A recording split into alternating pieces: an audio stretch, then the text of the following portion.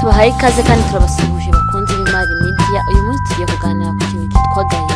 Ese ujya wumva ufite agahinda ukumva urababaye? Hari uburyo butandukanye abantu tugaragazamo agahinda. Hari abasakuza, hari abarira, hari abaceceka, hari abavuza induru, hari ababyandika, ariko nta muntu ku isi wigeze uba atafite agahinda. Nubwo wenda dushobora kugatindamo mu buryo butandukanye bitewe n'uburyo tubyakira, ariko abantu benshi batandukanye tubaho ubuzima butandukanye, buri wese agenda afite agahinda ke. Nk'uko abanyarwanda baca umugani ngo agahinda k'inkoko kamenywa n'inkiki yatowemo. Hari abantu bahitamo guceceka ntagire abo babibwira, hari abibwira inshuti zabo magara, hari uwumva nta muntu yakwizera ku buryo yamubwira agahinda ke, hari abibwira abavandimwe, hari abibwira ababyeyi ku baba bafite. Uyu munsi rero tugiye kureba ku kintu cyakubwira ko ufite indwara y'agahinda gakabije. Ibintu ngiye kuvuga hano niba ujya ubibona mu buzima bwawe, ntago nabihamya 100%, ariko mu by'ukuri ni ibintu biranga umuntu ufite indwara y'agahinda gakabije.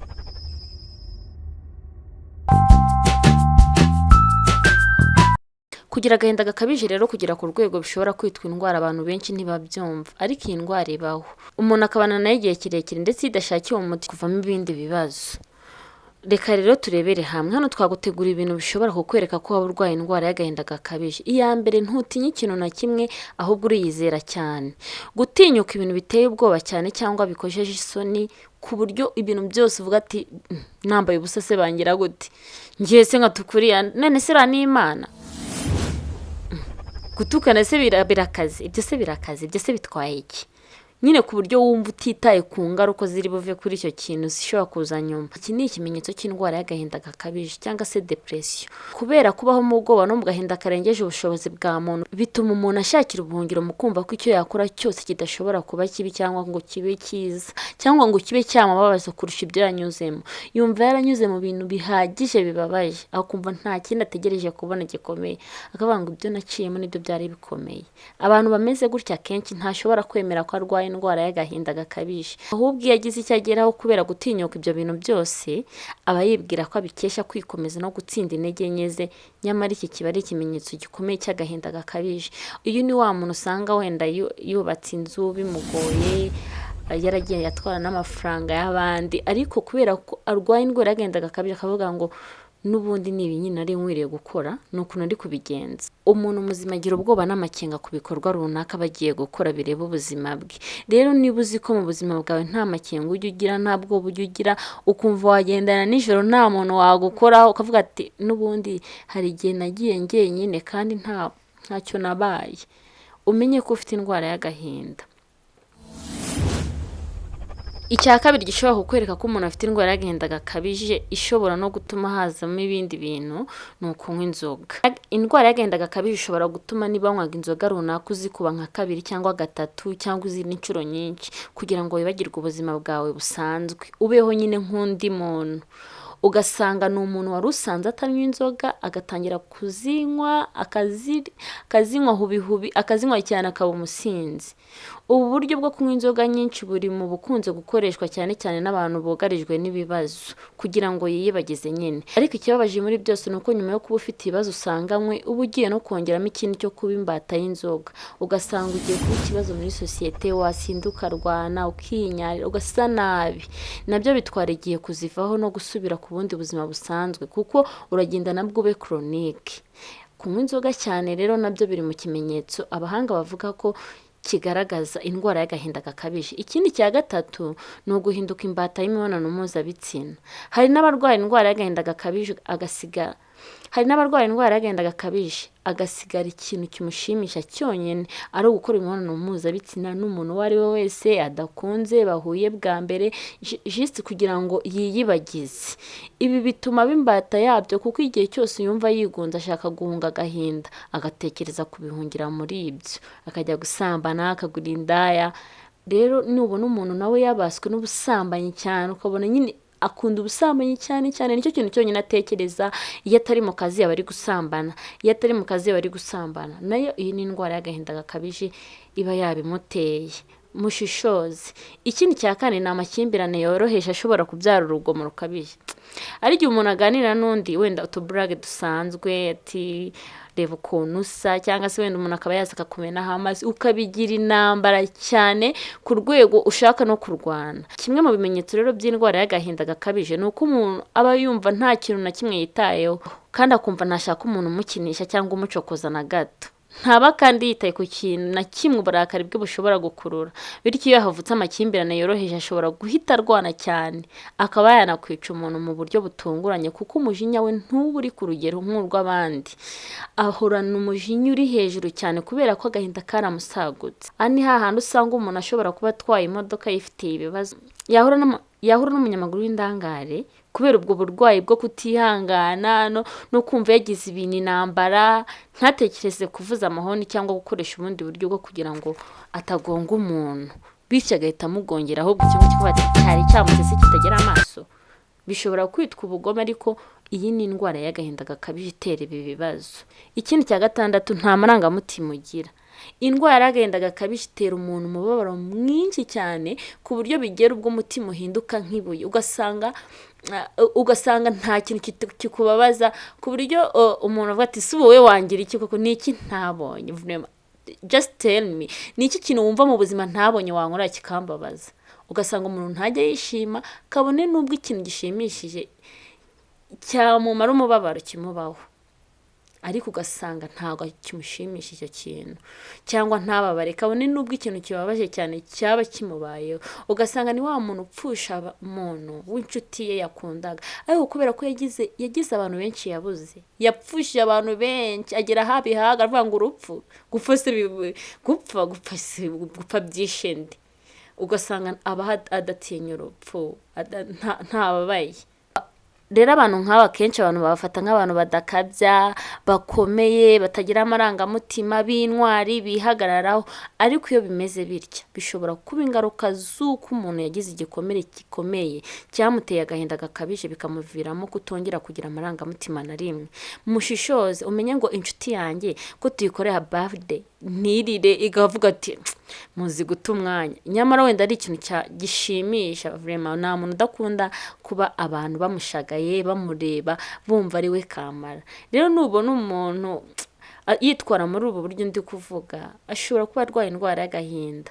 Icyambere ashobora kuba yaranyuze mu bintu bikomeye cyane, cyangwa se yarabuze abantu benshi bigatuma nta marangamutima kigira. Ikindi cya gatandatu ni uguhora mu birori. Hari abarwaye indwara y'agahinda gakabije akagashakira ubuhungiro mu bintu bimuhuza n'abantu, akaba yumva yahorana n'abantu, atinya kuba wenyine kuko naba wenyine aritekerezaho. Bene uwo ntashobora kubura mu birori bimuri hafi, niyo yaba atari inshuti ze.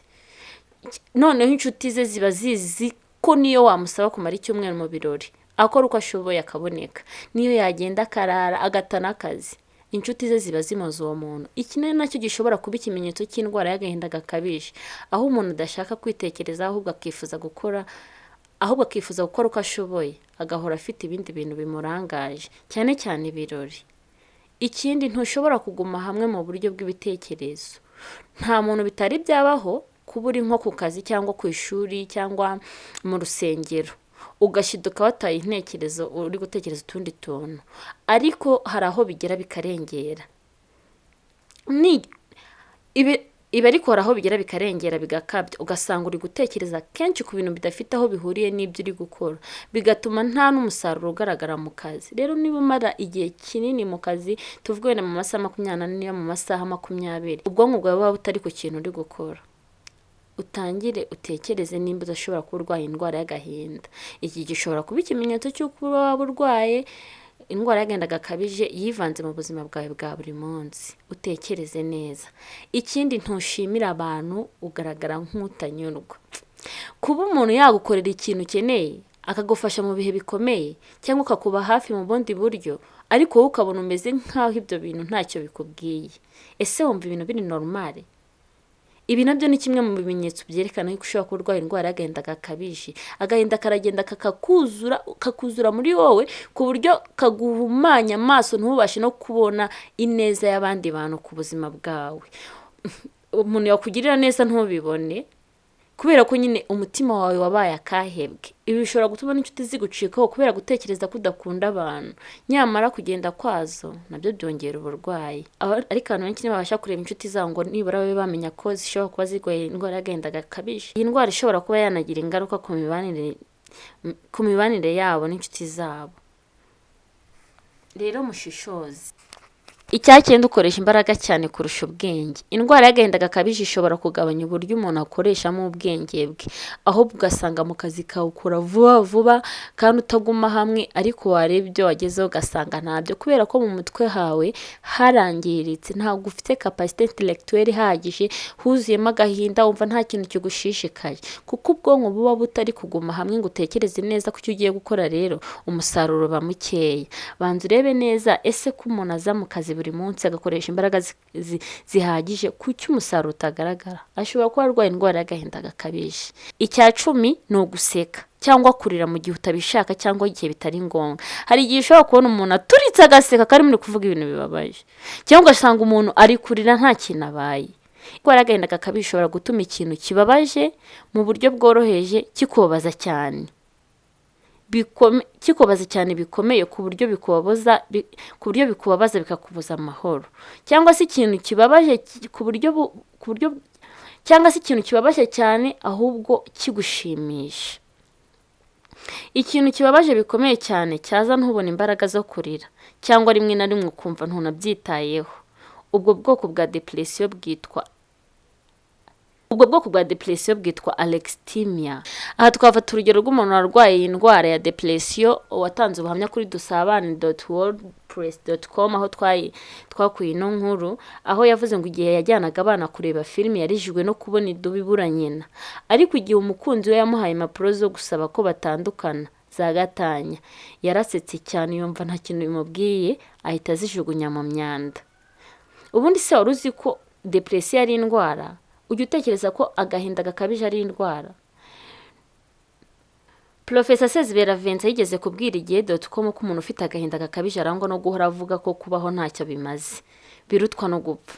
Rero niba ujya wumva waratakaje icyizere cyo kubaho ku rwego wumva uhaza ubuzima, ushobora kuba urwaye indwara y'agahinda gakabije. Hari n'igihe wumva nta kintu kigushishikaje, kumva warazinotswe, ukumva umunaniro udashira, ukahorana ibitotsi. Mu mpamvu ishobora gutera umuntu guhagarika ibyo yakoraga kandi yarabikunze ni ukuba yumva ananiwe cyane. Agahinda gakabije rero gashobora kurangwa n'uko umuntu ahorana umunaniro ndetse akumva atentebutse cyane, bikamutera guhorana ibitotsi buri gihe. Ikindi kintu ni ukugira ubwoba. Umuntu wese ashobora kugira ubwoba nko mu gihe agiye gukora ikizamini cy'akazi cyangwa agiye guhura n'uwo yihebeye. Rimwe na rimwe kandi hari igihe ubwoba bufasha umuntu kuba yakwitekerezaho, bikamutera gufata n'ingamba z'umumaro. Ariko iyo umuntu amaranye ubwoba igihe kirekire, ibyumweru 2 niba bikiri ibisanzwe, kuko biba byageze ku rundi rwego. Ibi bishobora gutuma umuntu yahumeka insigane, akagira guhangayika gukomeye, akagira gututubikana kwa hato na hato no guhora utekereza ko hari ikintu kidasanzwe kigiye kubaho, ugatitira ukikanga, urugi rwakubita ukumva wakwiruka. Urebe neza, bishobora kuba ari indwara ya depression igiye kukurenga. Ikindi ni imihindagurikire mu bushake bwo gufata amafunguro no kwiyongera cyangwa kugabanuka kw'ibiro. Ingano y'ibiro n'ubushake bwo gufata amafunguro bishobora kukwereka ko umuntu afite agahinda gakabije, nubwo bishobora kugaragara mu buryo butandukanye. Hari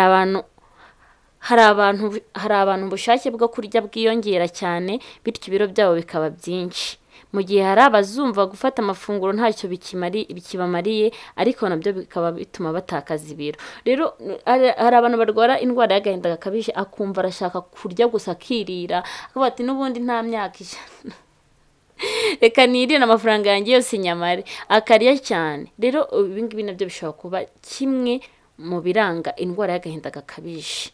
Ikindi ni ukugira amarangamutima utabasha kugenzura. Iyo umuntu afite agahinda gakabije ntaba akibasha kugenzura amarangamutima ye. Mu kanya gato ushobora kumubona afite umujinya mwinshi cyane wamurenze, ubundi ukamubona arimo kurira nyamara nta ruhare wabigizemo. Amarangamutima y'umuntu wahuye n'ikibazo cyo kugira depression ahora ahindagurika.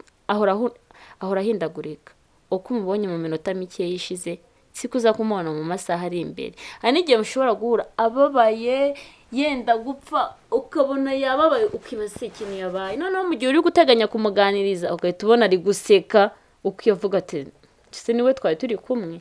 Ikindi ni ukwifuza urupfu. Kumva urupfu ruruta kubaho ni kimwe mu bimenyetso by'agahinda gakabije. Ibi bikajyana no gushaka kwiyahura. Umuntu burya ajya kwiyahura ageze ku cyiciro cya 4 cya nyuma y'ibindi bitatu aba yanyuzemo, abantu ntibabibone cyangwa ntibabyiteho. Imibare y'ishami ry'umuryango w'abibumbye ryita ku buzima OMS igaragaza ko 60% y'abagerageje kwiyahura baba bafite agahinda gakabije, naho 90% baba bafite imwe mu ndwara zo mu mutwe. Professors biravuze ko iyo umuntu yamenye icyamubabaje bimufasha kumenya uko yakwirwanaho akiyitaho. Yakomeje avuga ko iyo waganiriye n'abantu bakakwereka ko bakumvishe kandi bifatanyije nawe mu byakubayeho, ari byo bigufasha mu gukaruma amarangamutima yawe. Ndabashimiye rero, twari turi kuganira ku gahinda gakabije. Cyane inshuti yawe uzi yaba yaragize bimwe muri ibi bimenyetso maze kuvuga haruguru bigaragaza indwara y'agahinda gakabije, reka mbibasubiriremo. Iya mbere twabonye ko udatinya ikintu na kimwe, ahubwo uriyizera cyane ukumva ibyo wagezeho n'ubwenge bwawe niwe wenyine wari ukwiye kubikora ahubwo. Icya kabiri tubona ko ari ukunywa inzoga nyinshi. Icya gatatu twabonye ko ari uguhinduka imbata y'imibonano mpuzabitsina kugira ngo wihuze. Icya kane twabonye ko amakimbirane yoroheje ashobora kubyara urugomo rukabije. Nubona wa muntu muri kuganira muri kuburaga ukabona yarakaye ku rwego yenda no kugukubita, ashobora kuba afite agahinda gakabije. Ikindi nta marangamutima agira. Ikindi twabonye ko ari uguhora mu birori, ukumva wahora mu birori kugira ngo utaguma wenyine. Ikindi tubona ko udashobora kuguma hamwe mu buryo bw'ibitekerezo, waba uri ku kazi ugatekereza ibindi bintu. Ikindi twabonye ko udashimira abantu ahubwo ugaragaza kutanyurwa. Ikindi noneho twabonye ko ukoresha imbaraga cyane kurusha ubwenge. Icyanyuma twabonye ko ari uguseka cyane cyangwa kurira cyane mu gihe utabishaka, cyangwa mu gihe nta mpamvu nyine hari tumuseka cyangwa tumurira. Ugasanga umuntu uri kumubwira ati shanda babaye mama wanjye byagenda gute, agaseka ati mana yajya kushora ikigwa. Ubwo ibyo nibyo byakubabaje. Reka rero mbashimire, nitwa Viviane. Niba utarakora subscribe reka nkusabe kandi kuri ako kantu k'umutuku kugira ngo ujye ubasha kubona ibiganiro byiza Imari Media izajya iba yaguteguriye. Reka rero nkusabe nanone gukora like, share and comment. Niba ufite igitekerezo wifuza kutubwira, hari ikindi kimenyetso cy'indwara y'agahinda waba wumva tutavuze ngo twandikire muri comment, ubutaha tuzababwire kugira. Reka mbashimire mbabwire ngo nakagaruka. Imari Media turabakunda. Ciao.